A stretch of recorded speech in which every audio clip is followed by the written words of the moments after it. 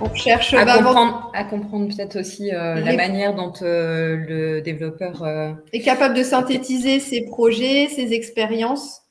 Après, il y a le fond, mais il y a aussi la forme. Il faut que ce soit beau aussi visuellement. Enfin, c'est important. Parce que Sur un poste, enfin, sur un métier plutôt orienté front. Ce sera pas. Est-ce que justement, en fait, j'ai l'impression dans ce que vous dites aussi, c'est que rien que le fait que le portfolio soit là, ça fait déjà une différence. Alors, vous n'avez pas forcément le regarder, mais s'il y a un portfolio, ça fait une raison de plus d'aller rencontrer ce candidat, quoi. C'est un signal positif déjà en soi. Ah bah, ça peut être à double tranchant aussi. Hein. Ouais. Quelqu'un qui arrive avec un portfolio et qui finalement il donne va pas plus envie. lui desservir que lui servir. Je pense qu'il faut faire attention aussi aux éléments qu'on va apporter au recruteur ou en entretien. Après, faut savoir aussi parler. Enfin, faut pas que ça remplace l'entretien en lui-même. C'est juste un petit truc en plus pour moi qui peut être visuel par rapport au projet effectué. Je parle des jeunes diplômés, hein, mais souvent ils font beaucoup de projets à l'école, en équipe. Donc c'est vrai en associatif. En associatif, tout ça, mais c'est vrai que c'est ou même en tant qu'auto, à titre personnel. Ça reste un complément, mais il ne faut pas que ça remplace. C'est quand même l'entretien qui est plus important. La façon dont l'entretien va se dérouler, ça peut venir étoffer en fait. Ça va venir étoffer, compléter, illustrer, mais quelque part pas remplacer non plus le contenu de l'entretien. Je vais rebondir du coup avec une question de Vert Ours. Parce que Maxime, tu disais que voilà, c'était un dev mobile, et effectivement moi aussi quand j'étais dev mobile, le fait que mes applications soient téléchargeables sur le store, ça faisait déjà une différence. Parce qu'en fait ça apporte si l'entretien, surtout si c'est une qualif chez le client, le but de l'entretien c'est de déterminer est-ce que je vais être compétent pour le poste. Là j'ai une preuve irréfutable que je sais faire le job, quoi.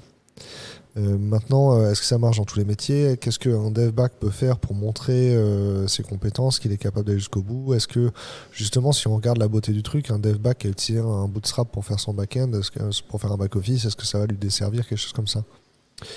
Comment on prend en considération ça? Comment on fait un portfolio quand on est dans un métier un peu moins visuel, quoi?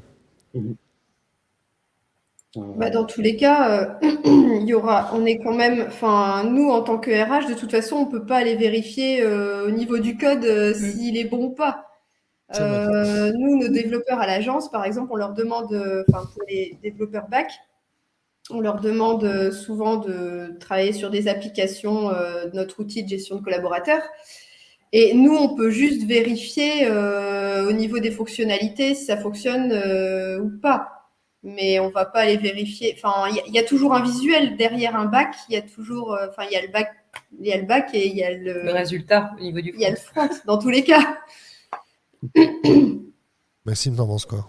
Nous, un dev back chez nous, oui, il sera regardé, son repo sera regardé. Alors moi, je vais le regarder, mais d'un œil, parce que j'ai fait de la technique, mais j'ai quand même, entre ce que j'ai fait aujourd'hui, c'est quand même passé des choses. Et je ne veux pas dire que je suis plus à la page. Par contre, alors comme je disais, comme tout le monde chez nous est un peu un passif technique, nous on va regarder les bonnes pratiques, vraiment les trucs très basiques. On va pas regarder le code. On va regarder au final, est-ce que c'est bien commenté? Est-ce que les pushs sont bien faits? Si je prends un repo, est-ce qu'il y a de la doc? Vraiment des basiques. Après, vraiment sur la partie qualité du code, architecture et ainsi de suite, ça va être plutôt chez nous, c'est des seniors qui vont prendre ça en charge, pardon. Mais ça donne déjà pour nous une bonne indication. C'est au final à l'entretien, au premier entretien. Alors nous, c'est un entretien un peu le premier, c'est du RH, un peu classique. Il faut savoir un peu qui est la personne. Mais comme on a ce passif technique, déjà on va aller voir ce qui s'est passé et pourquoi pas on va aller poser des petites questions. Ça peut arriver aussi sur un repo où on voit que la personne n'a pas souvent mis de push, ou alors elle a fait un push, alors je parle un peu technique, mais où elle a tout mis en vrac et dire voilà c'est bon, j'ai envoyé mon code. On va lui dire ok c'est cool, mais il manque certaines bonnes pratiques, donc on va pouvoir déjà échanger là-dessus. Et après vraiment sur la partie technique pure, ça serait sur un second entretien. Donc DevBack, le visuel on va pas le regarder, c'est plus sur les bonnes pratiques. Si je peux apporter un élément de réponse aussi, moi j'avais des projets bac quand j'étais étudiant, j'avais des projets bac que j'avais fait en étudiant. Par exemple, j'avais fait du clustering de trajectoires pour faire du covoiturage. Donc ça, c'était une API et on tapait dessus, etc. Et donc, je voulais pas payer les serveurs pour que ça reste en production, donc j'ai extrait des logs de l'API, j'ai fait un cas d'étude. En fait, finalement, comme j'avais fait un papier universitaire pendant le cours pour le faire, finalement, ça, j'en ai fait un blog post qui explique comment ça marche, etc. Et tout le code est disponible sur GitHub à côté. Donc, on n'a pas besoin de mettre un front qui est exécutable quand on est back. On peut faire un gros blog post qui explique comment on a déployé. Si on est DevOps, c'est qu'on veut expliquer pourquoi on a branché un CI/CD, expliquer comment on a branché un truc avec un bidule. C'est des choses qui se font et un blog post, ça peut faire le travail. Il faut vraiment le voir comme si on avait fait un article ou un cas d'étude et qu'on expliquait comment on a fait cette expérience-là, quoi. Selon des petits chimistes. Je voudrais bien profiter que vous soyez là pour répondre à cette question-là. Parce que du coup, Maxime, tu parles du fait que là, ton collègue il était en qualif et le client a regardé son application. C'est pas forcément clair pour les candidats qui n'ont jamais travaillé dans notre métier. Comment ça se passe? À quel moment est-ce que vous voulez leur présenter un client final? Est-ce qu'on déjà, par exemple, vous, on est d'accord, vous faites signer un contrat de travail aux candidats avant qu'ils aillent rencontrer les clients, par exemple? Oui, bien sûr. Quand même, là-dessus, c'est un peu de la limite quand même. Non, alors à quel moment est-ce que le portfolio est présenté? Il n'est pas forcément présenté. Là, il y a eu cette opportunité où justement l'alternant, enfin qui est alternant, qui est devenu en CDI, qui a été présenté chez le client, il avait cette force, on va dire, dans son CV de déjà développer une application et on s'en est servi aussi pour aller chercher un projet super intéressant sur une techno qu'il avait envie de faire. Donc on a utilisé son portfolio, enfin, bien sûr avec son accord. Hein, là-dessus, c'est un partage qu'on lui demande son accord. Voilà, il n'y a pas de souci. On lui a fait comprendre que c'était intéressant pour aller chercher une mission et c'était une mission qu'il avait vraiment envie d'aller. Donc voilà. Mais généralement, non. Si on sait que ça va desservir la mission au client, on ne va pas y aller. Ça veut dire qu'un candidat qui a un portfolio, toi en tant que commercial de l'ESN, tu te dis aussi qu'il a plus de chances de passer en qualif. Ça va être plus facile de le placer parce qu'il a des bons arguments à présenter sur son dossier de compétences, quoi. Ça peut être carrément en plus. Ouais. Moi, le cas là que je parlais, c'est par exemple sur du Flutter. Le client cherchait une mission Flutter. Pour lui, c'était difficile de trouver un développeur Flutter. Il demandait quelqu'un d'expérimenté et moi, j'avais quelqu'un qui est junior. J'avais une chance sur deux pour me dire bah, non merci, il correspond pas. L'une des seules choses, c'était de dire non mais il est peut-être junior, mais regarde ce qu'il sait faire. Donc vraiment, ça a aidé à la décision. Ouais. Et le client, voilà, ça l'a rassuré aussi parce que bah oui, on est sur des métiers où c'est quand même difficile de dire regarde, mon collaborateur sait faire ce genre de choses.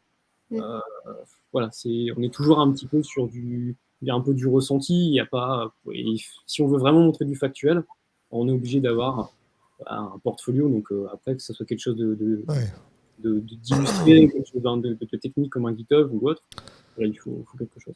Surtout sur une techno comme Flutter où en fait c'est assez nouveau, les gens qui ont de l'expérience ils n'en ont pas forcément fait, donc montrer que toi tu as fait un projet de bout en bout, ça montre que tu as pris de l'avance dans ta veille techno et tu as joué avec le truc, quoi. Voilà, ça démontre énormément de choses derrière. Au final on voit l'investissement du collaborateur dans la techno, dans l'envie d'apprendre, et on n'est pas juste, c'est pas juste moi je l'ai vécu, je suis pas juste un collaborateur qu'on a poussé, voilà, le commercial qui a poussé le profil parce qu'il doit faire son chiffre et basta. Voilà, nous, en tout cas, nous, dans notre ADN, c'est d'aller chercher quelqu'un qui correspond bien à la mission et on va aider, on va utiliser le portfolio, c'est le petit plus pour matcher, quoi, tout simplement.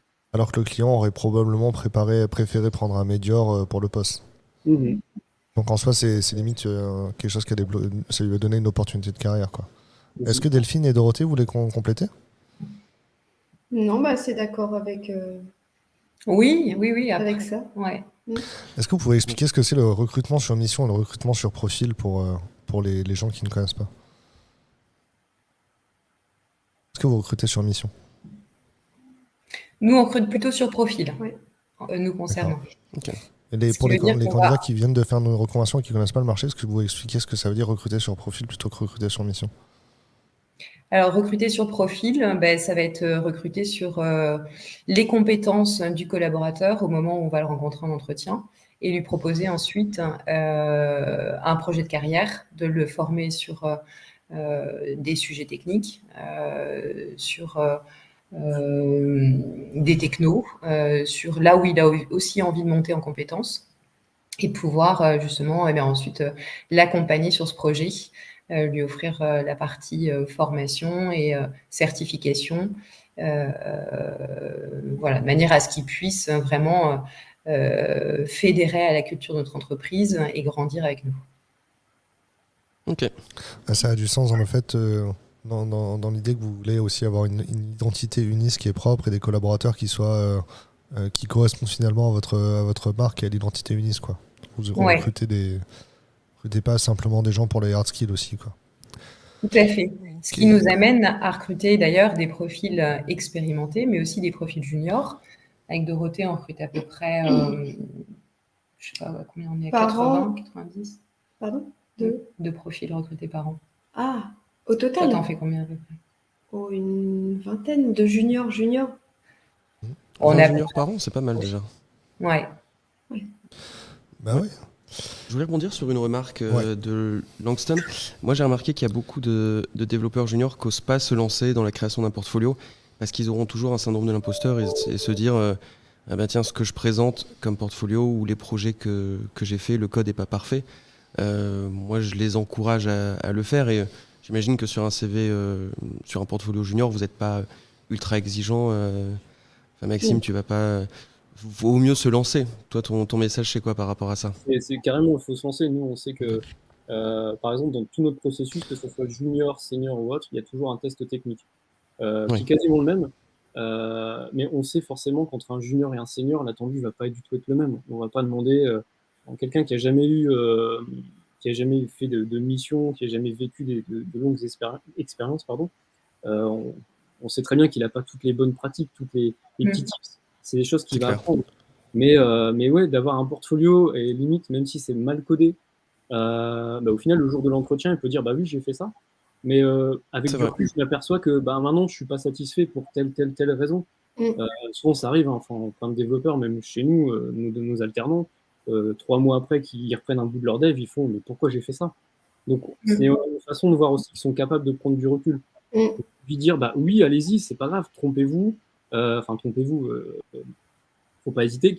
Si demain vous voyez que vous êtes trompé ou que c'est mal codé, pourquoi pas repousser une modification. Ça vous montre aussi que vous faites évoluer votre repo, vous faites beaucoup de veille, que vous faites de la auto-revue de code. Bon, après, c'est pas la meilleure, mais voilà, ça montre votre prise de recul et que vous êtes toujours en évolution sur vos technos. Donc non, j'ai envie de dire, il faut. Top. Et ça permet... Delphine, tu voulais compléter? Oui, je pense qu'après, en fonction effectivement de l'expérience du développeur, c'est aussi, on a forcément aussi beaucoup de bienveillance et on est conscient aussi qu'il n'est pas en capacité de pouvoir maîtriser parfaitement une techno. Et donc ça, bien évidemment, il ne faut pas que les développeurs aient peur de pouvoir mettre en avant un portfolio avec en face l'expérience qui est acquise en fait, parce que nous, on a bien évidemment le regard par rapport à ça.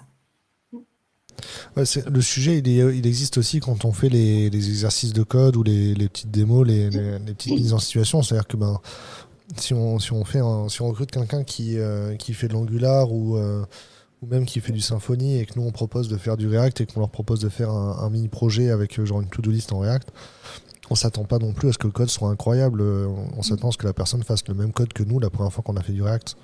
Et je pense que on a tout. L'examinateur il prend cette distance-là et il s'attend pas à ce que les gens ils fassent des one-liners ou des codes complexes, quoi. Tu partages cette intuition, Maxime?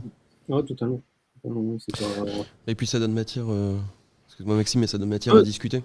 On arrive en entretien avec quelque chose, parce que c'est vrai que se présenter avec moins de concret ou pas du tout, c'est vrai qu'en entretien c'est peut-être difficile. Ça peut servir d'icebreaker aussi, d'avoir un projet même foireux entre guillemets. C'est toujours un icebreaker si on a pris le recul ou autre. C'est vrai que quand on a fait des recrutements où c'était Clément qui faisait la revue, en fait on demandait de faire un to-do list, puis ensuite il y avait une revue du code avec Clément. L'exercice, le cœur de l'exercice, c'est pas le moment où tu codes l'application, c'est le moment où tu as une interaction avec Clément. C'est ça, ouais. Il te fait du feedback et il voit comment tu assimiles, etc. En fait, c'est une excuse pour avoir un échange. C'est ça. C'est une bonne base aussi. C'est le moment où il prend du recul, qu'il explique ses choix, pourquoi il est parti vers ça. c'est peut-être pas le bon, c'est peut-être pas la bonne façon, mais au final, il est cohérent dans ce qu'il a fait. Donc, ouais, ça me choque pas du tout.